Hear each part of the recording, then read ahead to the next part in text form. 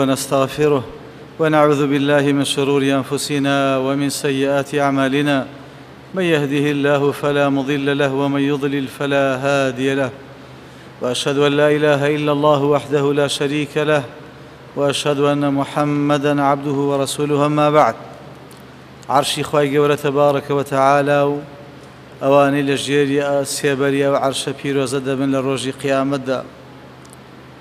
یەکەم دروستکراوی خوای گەورە تەبارەکە وتەعالە ئەوەل ما خەلق الله تعالى القلم. بە ژێری ئەم حەدیثە صحیحەوا دەرەکەوێ یەکەم شتێک کە خوا دروستی کردووە لە بوونەوەرا قەڵەم بووە، پاشان عەرش، ئەنجا کورسی، ئەنجا سەماوات و ئەرض و جەنە و نار.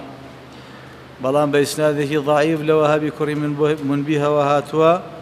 کە گوایە عەرش یەکەم دروستکراوی خوا بێ تەبارەکە وتەعالە.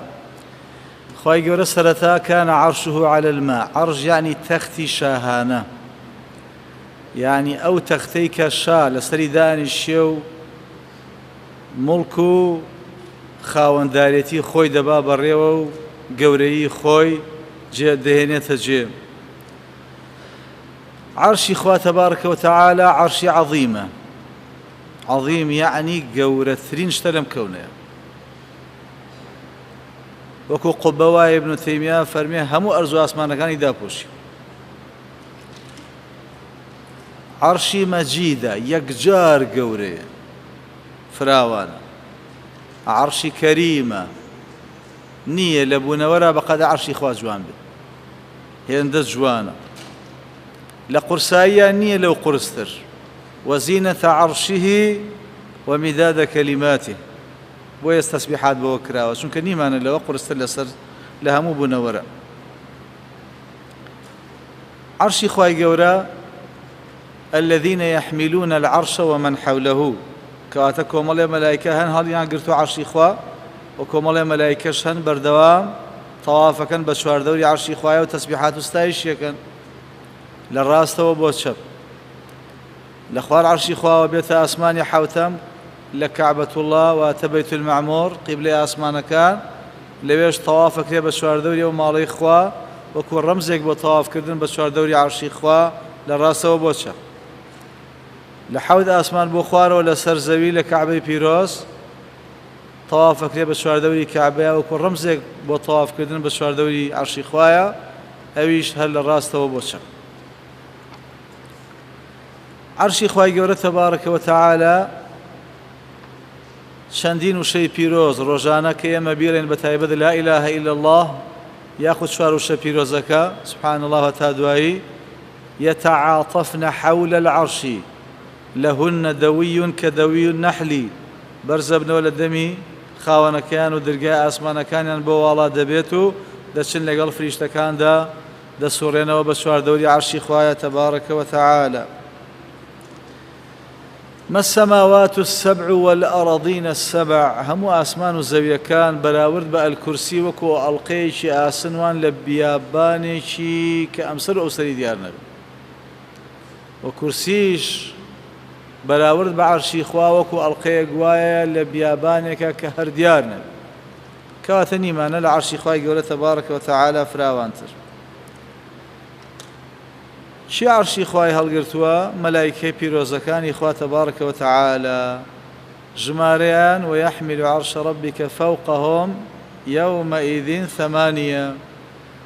هەندێک دەفەرمون مادەم یەومەئیذینی فەرموو یعنی لە قیامەتە هەژ مەلایکە هەڵی دەگرێت، ئەجینا ئێستا احتیمالە چوار بن،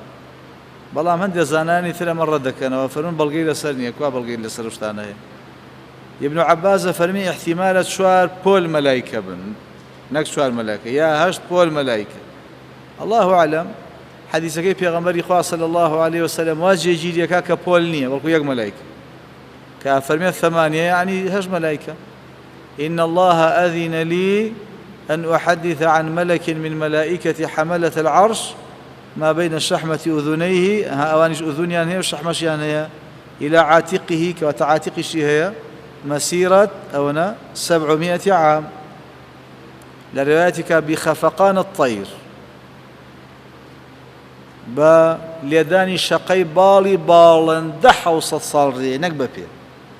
لێرە بۆ شۆ لە نەرمایی جۆزکەیەکی چیان بۆ سەر شانیان. الله أعلم. ئەمە هەنایەتە تەسەووری ئەمە لە گەورەی و ضەخامەتە 700 ساڵ ڕێ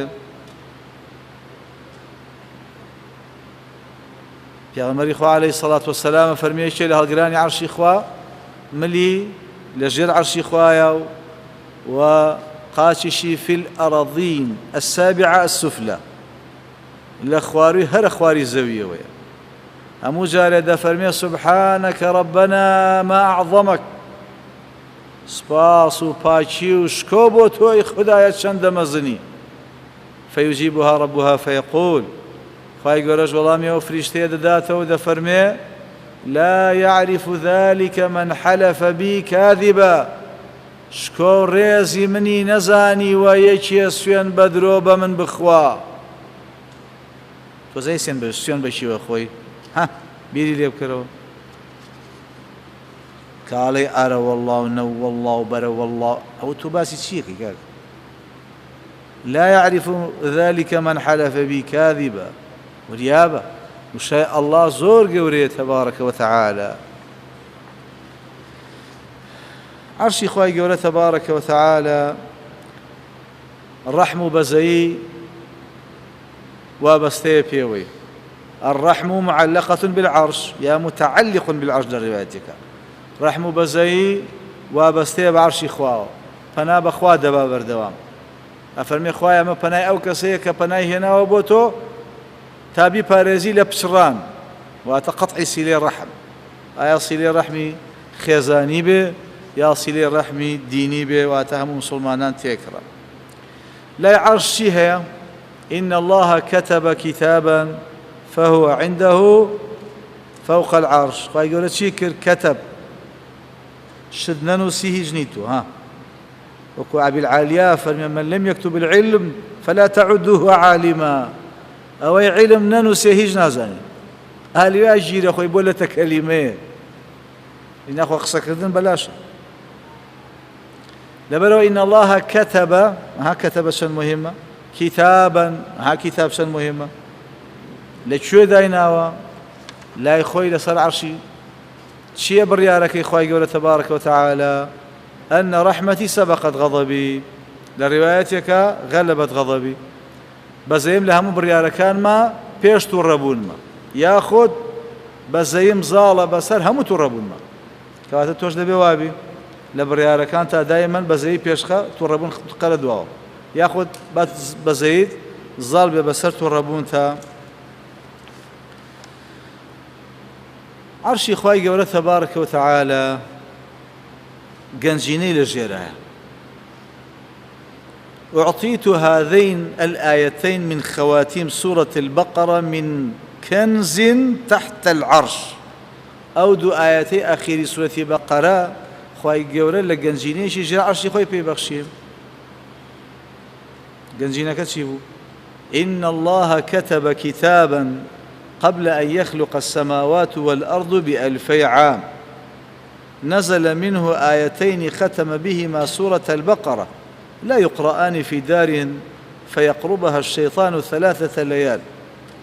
خواهي قورا بيش 2000 سال برياريشي نسيوة كتابي نسراوك دو آياتي لو كتابة دا بزاندو كردوية كوتاي سورة بقرة لهر مالكا بخوان ري تا سيش الشيطان ناتواني نزيشي أو مالب كيوتو بپشتیوانی خوا وهروها فرمي ألا أعلمك آية كلمة كفيرك من كنز تحت العرش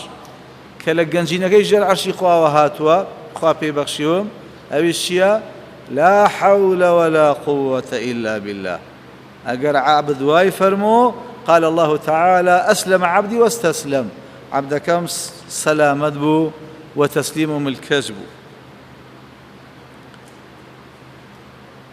لكاركانش مانا أو ذكري بيش دستاني مجلس قرآن خوندن بيان نوش بيان دواي دزنوش سبحانك اللهم ربنا وبحمدك أشهد أن لا إله إلا أنت أما تشيه بي أستغفرك وأتوب إليك كتب في رق ثم طبع بطابع ثم وضع تحت العرش أو قصيلة بارسك غزي تايبتها دانوسري لوكا كريم مورن ري دبري لو جنجيني لعرش خواه دان ري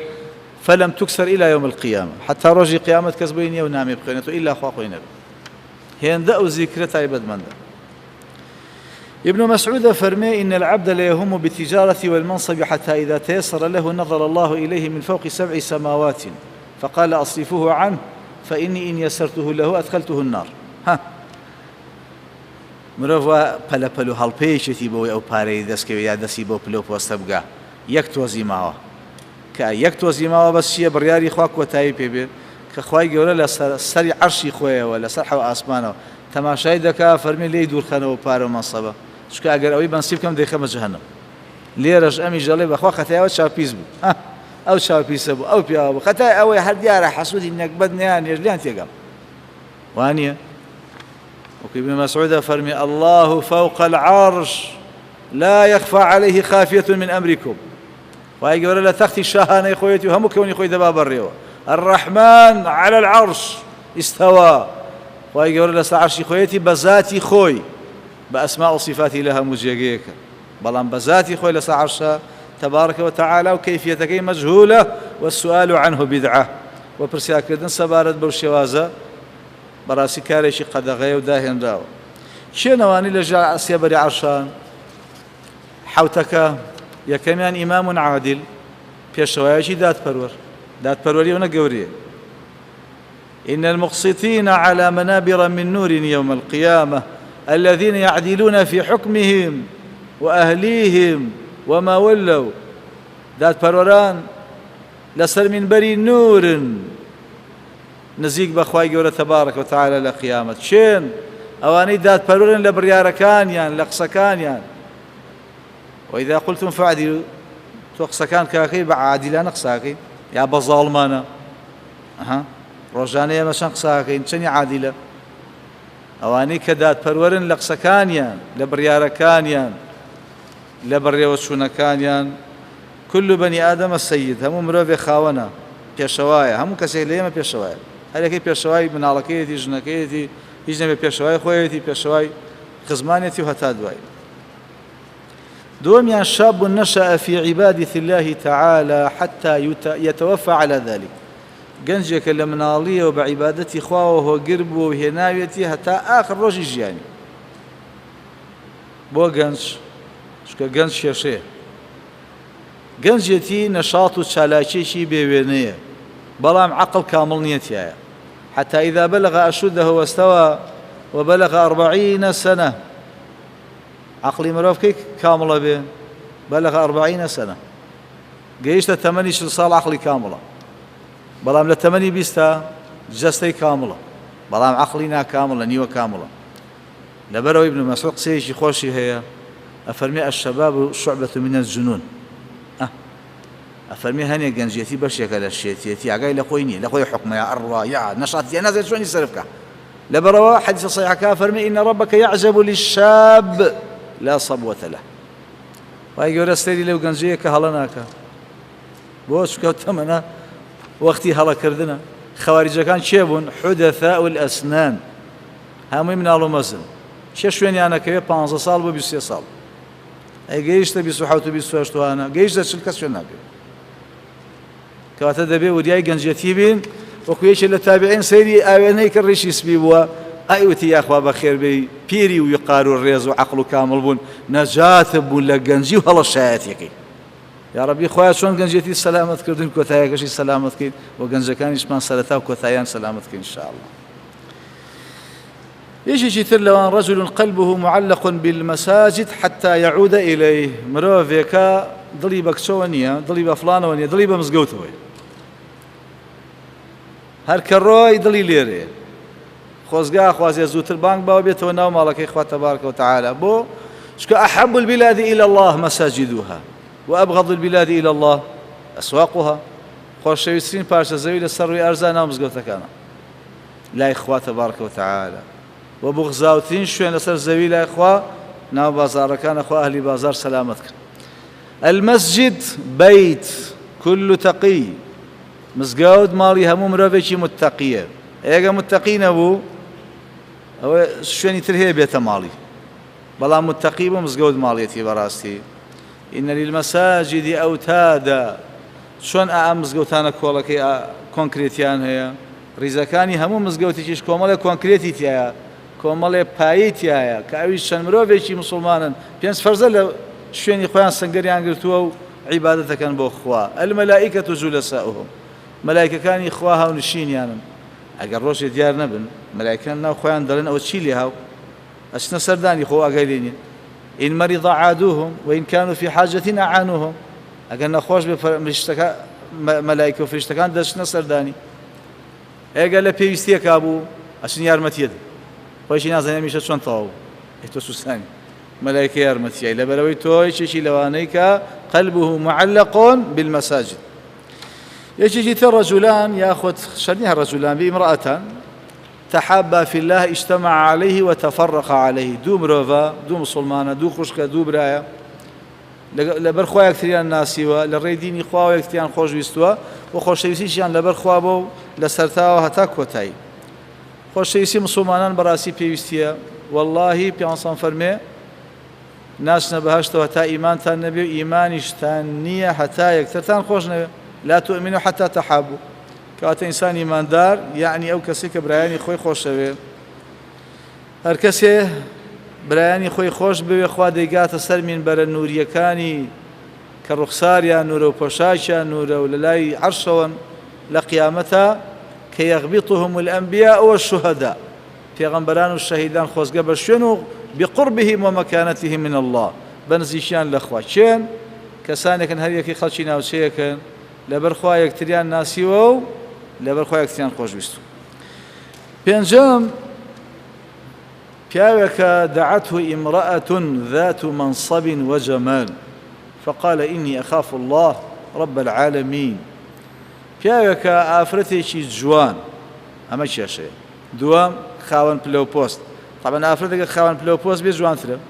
بە حکمێوی ناچێتە بەرخۆر و کۆمەڵی ئیش ناکاو ئەوە دعته ئەو پاڵنەر بێ بەوەی کاوە گەنجە ڕاکێشێ بەرەو داوێن پیسی هۆکارەکان هەمووی وەکو پێغەمبەر یوسف لە بەردەمتە پێغەمبەر یوسف گەنج بوو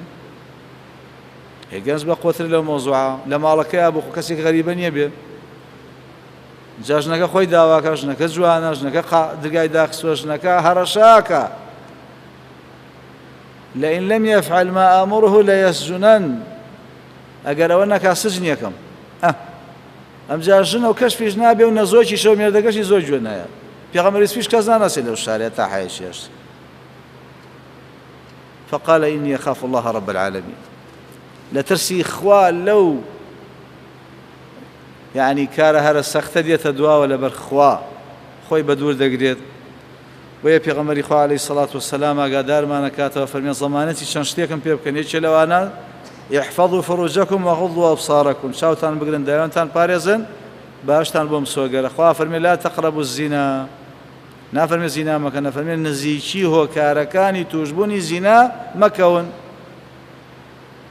قل للمؤمنين يغضوا من أبصارهم أم جاءوا يحفظوا بفروجهم ببروا داران بيان وافرتان راقيا نصرتات شاويان بقرين لشاو دس بيكا كل الحوادث وكي ابن القيم فرمي مبداها من نظر ومعظم النار من مستصغر الشرر كم نظرة فتكت في قلب صاحبها فتك السهام بلا قوس ولا وتر الأبراء سحروا شو أعين الناس هموشتي هم شاوية شخصيات سحر هموشتي كاكري لم شاواك لبروا أفرد كديد براستي بشيويك الشيطان يستشرفها الشيطان شيطان جوان يكاي رازينته ولا بيرشاي مسلمانان لبروا مسلمانان أجان لخوان به كواتا أواني هو كاري زينان وكو الغناء ورقية الزنا وكو فضيلة فرمي قراني رقي زنا كاري أخوة بنامان با أبي أخوي باريزي كاسيات عاريات مائلات مميلات أيش دبيت شبكة أخوي باريزي أفرد شنك كل عين زانية زنا بس يكري العينان تزنيان وزناهما النظر والأذنان تزنيان وزناهما الاستماع والفم تزني وزناها الكلام على زنا ينكرد ايها مقصير كردو تشيه ايها مقصير كردو نشيبو ايها مجوى كردو نشيبو ما نيشي زنا نبن اي زنا الرجلين الخطو رويشتين اي زنا اليدين البطش اي زنا يدل لدلات شنجا وتواب كاين وابي واوا هو زنا شويه آخر شد ويصدق ذلك الفرج أو يكذبه. بلوا إنساني من دار دبي ورياي خوي بي خوي بارزي خوي قرام ولا بارزي.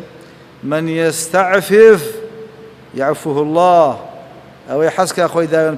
باق الراقر يخوا باش يكاته نايلت وجبه.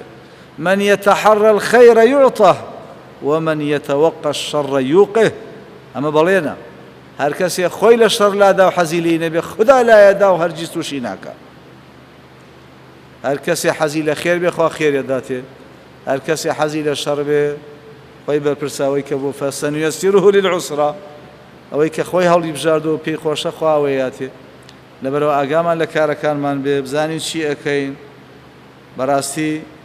لئن يطعن في رأس أحدكم بمخياط اگر میخی آسنی سورکرا و داوکتن بمشکی یچک لئیویا او باشتر بوی ان يمس يده يد امرأة لا تحل له دسي بالآفرت يكيوي كان محرم أبوه حلال. إني لا أصافح النساء يا غمري خواه فرمي عليه الصلاة والسلام. يا ربي خواه ما بارزي لهم أو قرفتو الشيشانة خواه الرحمن بيبكي هدايات من بإصلاح من كي لقناه من خوش بي.